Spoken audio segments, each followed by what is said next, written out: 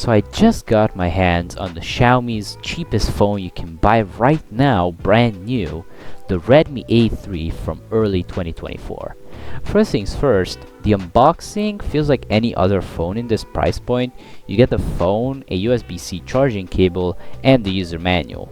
Some models also do have a charging brick in the box, but not the global model, which we have right here.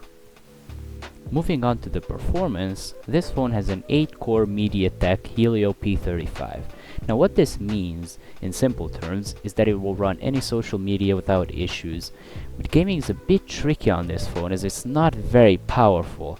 However, gaming on this phone is possible as long as you keep playing some light games such as Subway Surfers. Another neat feature of this phone is a 90Hz display. Now what this means is that the screen refreshes the image 90 times a second, making any sort of movement feel smoother compared to a standard 60Hz display.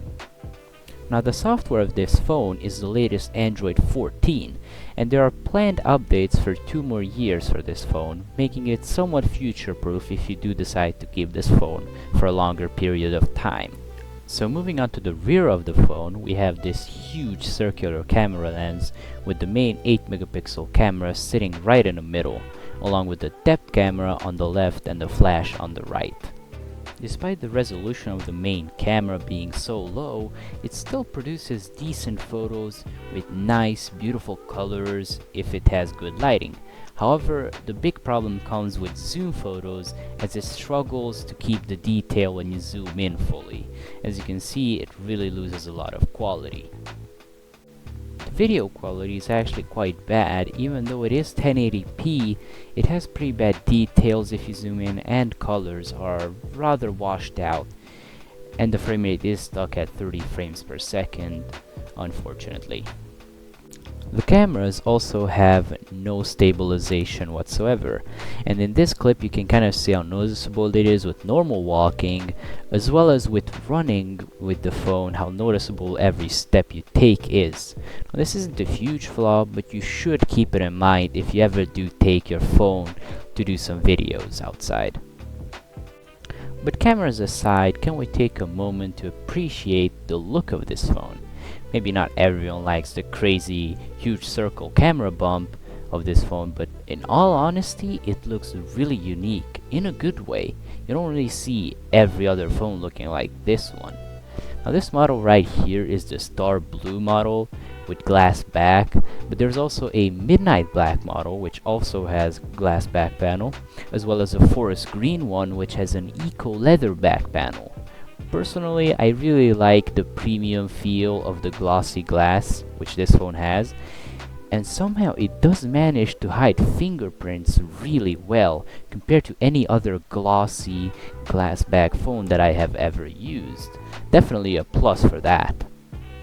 One thing you will immediately notice after taking this phone outside is how dim the screen is. Even with outdoor mode turned on and max brightness, it is still quite hard to see everything in direct sunlight.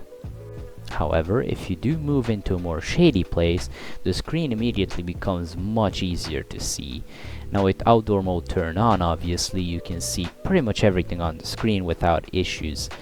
Of course, it's not going to be the brightest screen on the market as it's not an OLED nor is it an AMOLED, but for an LCD display at this price point, it gets the job done well enough.